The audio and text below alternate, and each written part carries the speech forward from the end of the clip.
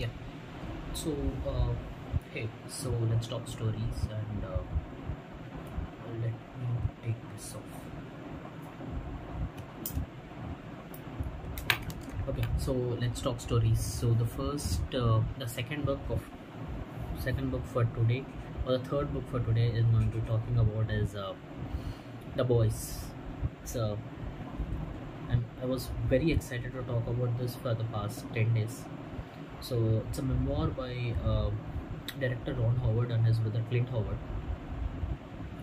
So as always, I'll talk about my relationship with the genre. It's a Hollywood memoirs. So I've started. It actually dates back. My relationship with Hollywood memoirs dates back to 5 years. So it was alright. It's like 6 years ago when I read Charlie Chaplin's autobiography.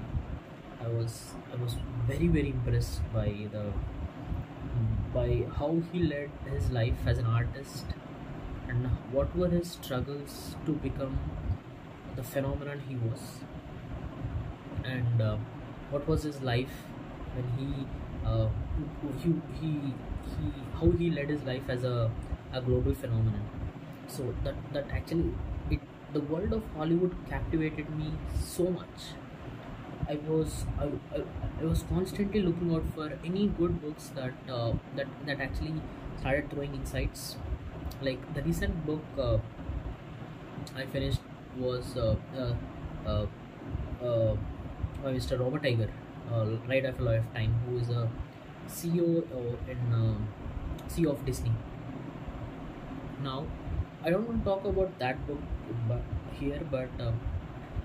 I just want to talk about the genre itself, the Hollywood the biographies or stories that these larger than life figures tell, right? Because what I feel is, so to become a person uh, whose life will be perceived as larger than life, the path to that is uh, extremely hard, extremely long. It should be you should the every step that you take should be very calculative. Should be in the should be in a should be in a precise path for you, for the person, for the celebrity, or for the person who is larger than life to climb up, right? But that that path is very tough, I feel. And the insights, I'm sucker for how does the Hollywood work, and how does the movie business work, how does the TV business work, how what goes on in the life of these guys who have a cool job to go to, right? Now that's my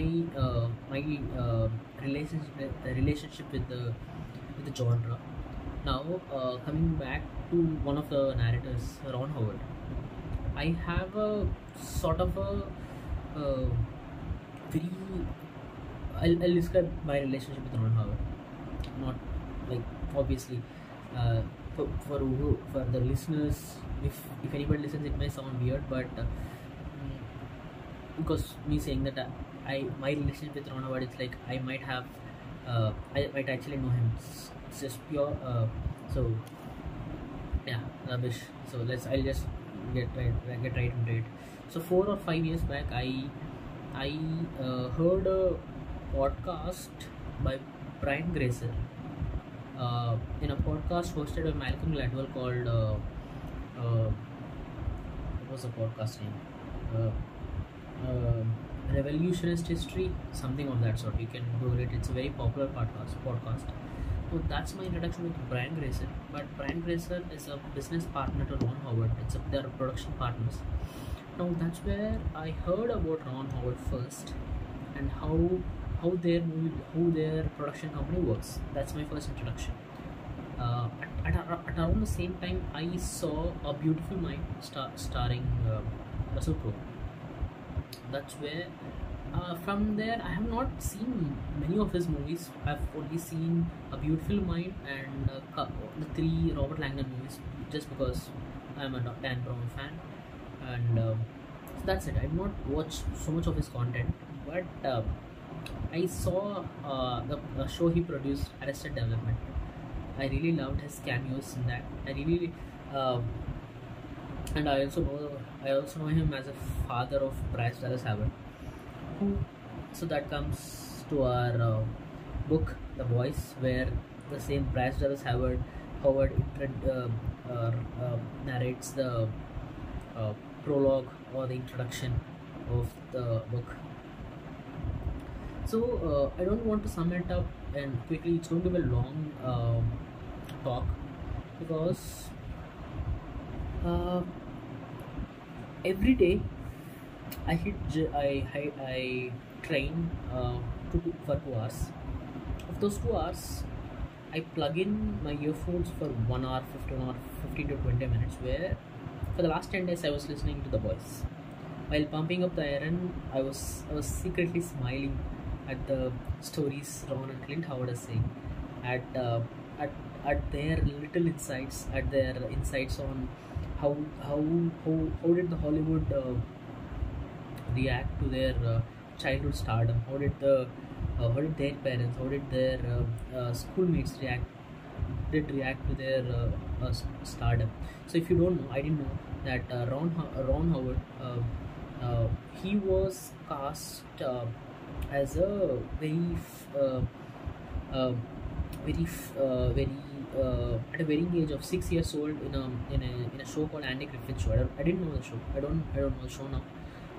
Apparently, it's a cultural phenomenon in America, where he was cast as Opie, a character called Opie, and that actually skyrocketed his fame. And there it goes. There it goes.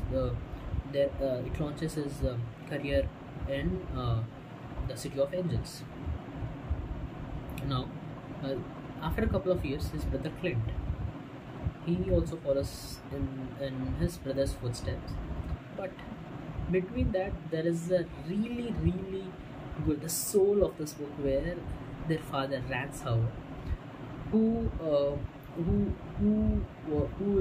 was trying to get into a movie business since he was 22 years old, but he finds that his both of his sons, at an age of 6 or 7 years, they have more recognition than him, their own father. And how did he take their success, and how their parents, uh, both their mother and father, both Ron Clint's mother and father, how they did not treat them as cash cows. Instead, they did everything. They did everything in their power to boost their children's career. They're not, obviously, right. It's so when you see that, okay, when you listen to it, okay, you might think that, okay, that their parents, they are bound to make the sacrifices that they did. But if we closely observe, art, or the itch that you have, it sometimes overtakes the emotional attachments that you have. Definitely, right. Any person might relate to this, but uh, it's a tough position to be in, being a father, and trying out for various roles throughout the years, but seeing his children succeed at the same place where he lost, where he did not gain, where he did not get the recognition. That was excruciating for me to even listen to, because I was thinking through the mind of Rance Howard, where what might he be thinking? Like, did he not even have a pinch of uh, what do you say, ego, like pinch of selfishness to go ahead and pursue his own career? Where Ron Howard himself says that, okay, his dad, whenever his dad would stop go to auditions, and then take Ron to the sets and train him every day on how to act. There are some beautiful anecdotes where Rance Howard uh, uh, teaches both Ron and Clint how to do the acting. And at the time where Ron Howard don't even know how to read, Lance Howard comes to Lance Howard used to come to the set, read them so that Ron Howard can listen to the words and then repeat those words. And it was such a heartwarming book, where, and it's a, to sum it up, I don't know, I'll not end it. So I'll just say it's a book about uh, more about a father's support, father's journey alongside his two very successful kids, and the friendship that Ron has with various people along his life, which at which at one point these friendships catapulted him to the person he is right now. And beautiful camaraderie these two brothers have. There are some fantastic scenes where when honest conversation breaks up between Ron and the mother, and where her mother screams and asks him to wait until his father comes home. That is those couple of scenes where Ron has Ron has an honest conversation with his father are gem of prose, gem of narratives. And so it majorly it explores Ron and Clint's journey through until at least Ron's journey, where until he starts becoming famous. Only still starts becoming famous. That is first time when he made his movie, and a $600,000 movie called Grand Theft Auto, which he narrates the process on how he did make the movie. And I was actually very happy to see that the reason that movie happened was his father, who co-wrote that movie, who was an associate producer with that movie. So it's a heartwarming story of how did a very well established TV actor made his feature film debut, with his father writing and associate producing, and with his wife acting as a producer, or with his wife acting as a chef, sometimes as a line producer, everything. And he narrates that he shot that movie in 23 days, which is a record, which is in a record time. So I'll just shift back to talk about Clint Howard, who followed his brother's footsteps until one point of time, but he is one of the examples where the fame did more bad to him than good, because he starts using, and he starts addicted, where but life takes a different turn for him. It didn't treat him as or the reverse. The Clint did not treat life as good as Ron did. Ron was I'm assuming that he told the truth, because otherwise the narrative would not have looked so honest. Ron was this so he acted from 1964 to around 8 years. He acted in a very popular sitcom called Andy Griffith Show, and after that ends, he'll spend 2 to 3 years not without any work. And then after there is a very funny incident where how he gets the next break called with as Richie Cunningham in The Happy Days. I haven't seen that, but apparently it's a cultural phenomenon. Yeah, so and then after that ends, now he does this movie, Grand Theft Auto. That is the period where they explore most of most of the story is focused on that period of time, where until Ron is catapulted to his success, and in Clint, he gets sober when his mother dies. And there's a really good so this is something that I was able to correlate between the Charlie Chaplin autobiography and this biography, where in a Charlie Chaplin autobiography, I very clearly remember there's a scene in a theater club where the acting coach overhears his students bad mouthing him or something, talking ill about him. Acting coach walks up, takes out his cap, places it on a table, walks away. That's such a powerful act. Now, the same. It's not the same lines, but when their mother dies, Clint Howard, who was battling uh, substance abuse since he was 16 years old, was sober for 9 years. Then takes out his the 9 year sobriety card, puts it in the coffin, and he walks away. So that's I know that they're not related completely, but that's what it reminded me of.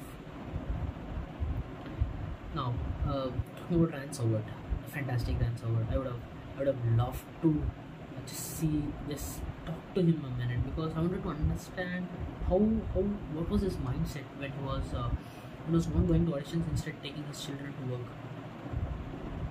Right? What did run through his mind? I would have loved to. I love to have that conversation with him. I'm assuming that he's alive. Yeah, it doesn't matter. That's a different conversation. Now, story. So there are some people in this. There are some people in the story where very famous people are introduced or talked about in the story. Some people I know, some people I don't. One of them is Walt Disney. There is only one scene between Clint Howard and Walt Disney himself. It's a really good scene, and I love to I loved hearing Walt Disney's voice, Walt Disney's conversation with him. At least though it's one line, I love hearing that. And the other thing is Henry Winkler. What, and I didn't know Henry Winkler was such a craze uh, during those times. I only know him as a person in Barry. He acted as Barry Bergman's acting coach. So what a gem of a guy is, man. So I think when I think about it, this book is more about a heartwarming family, a very well knit family who who had their own separate ways, who did go their separate ways, but they had everyone's best interests at heart.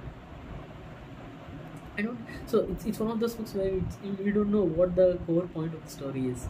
Like it's a story about a very a child artist's journey into the budding world of Hollywood. It's a story about a father's sacrifice for his four children. And it's a story about a beautiful camaraderie between the actors on set. There is a really good scene about what happened on the set of American Graffiti along with Harrison Ford, Ron Howard, before they went on to star in Star Wars, where American Graffiti is the first movie that George Lucas directed, and how Ron felt when George showed him the first cut. And there's a really good line where George says that, okay, so Ron walks up to George and asks him, "Hey George, every time I'm acting, you just say action, cut, terrific. Do you want me to act in any other way? I can whip up some more tricks and I can act in another way." Then George smiles and says that, "Okay, Ron, I don't need you to do anything, and I'll do all my direction in my editing room. You just give me what you're giving me. I'll just do my direction in my editing room." That felt really good to hear. And even Ron describes George as a smooth, a really kind person. So when um, when I started hearing all these stories, right, then I realized, okay, um, we as a people, we as an immature, good for nothing people, we see uh, people with fame, and we think that, okay, these are these arrogant people who are handed down everything and who are just enjoying their life. But I don't think that's almost 1 to 2% of the people. But in most of the cases, it's the other way around. They care for every bit of uh, happiness that they deserve, all that fame, everything they have coming their way. So I think uh, we tend to put a negative spin on that. So I think it's definitely, I think it's there all throughout the civilization. So I think these stories are reminders that we should let go of um, those blind notions about uh, this fortunate people. About this, not fortunate. Fortunate is not the correct word. Is about this hardworking and talented people. And I really loved the epilogue where the acknowledgements and the epilogue where they talk about what the people they thank. And I really loved Clint. I really loved the way the book ended, where Clint says, "I love you, Ron." And Ron was a terrific brother to Clint. Not, I mean, he was not there always, but he casted him in all his movies and helped him in one way or the other, because he was also focusing on his career. Right? Clint was Ron describes Clint as a funnier brother. Ron describes Clint as a good actor. And there are so many anecdotes throughout the book that I only mentioned, I think, hardly one or two, because I was beaming with excitement to talk about this book, because uh, it's a wholesome book. I would have, I would I'm sad because I don't know when I'll find a new book, when I find a book like this. And I'm sad because I I, I won't be hearing Ron Howard's voice in my ear when I'm pumping iron. And it's sad to hear their story come to end, but I would have loved to see how Ron directed all his speeches, and how did his how his life was after he was catapulted to success, stardom. Right? How did Tom Hanks react? How did Tom Hanks, what was his interaction with Tom Hanks while directing Apollo 11? And in the acknowledgement, he also says that Tom Hanks was one of the key person who pushed him to write this one. And good job, Tom Hanks. Uh, yeah, I think I don't have. So it's almost 22 minutes. I think my longest video was, as I mentioned, right? So it's a joy to read. It's a joyous book to read. It's filled with humor. It's filled with anecdotes. It's filled with camaraderie. It's filled with life lessons. It's filled with movie insider techniques. It's filled with uh, uh, it's filled with all the good heart. I think that would sum up the book. Yeah, The Voice has my heart.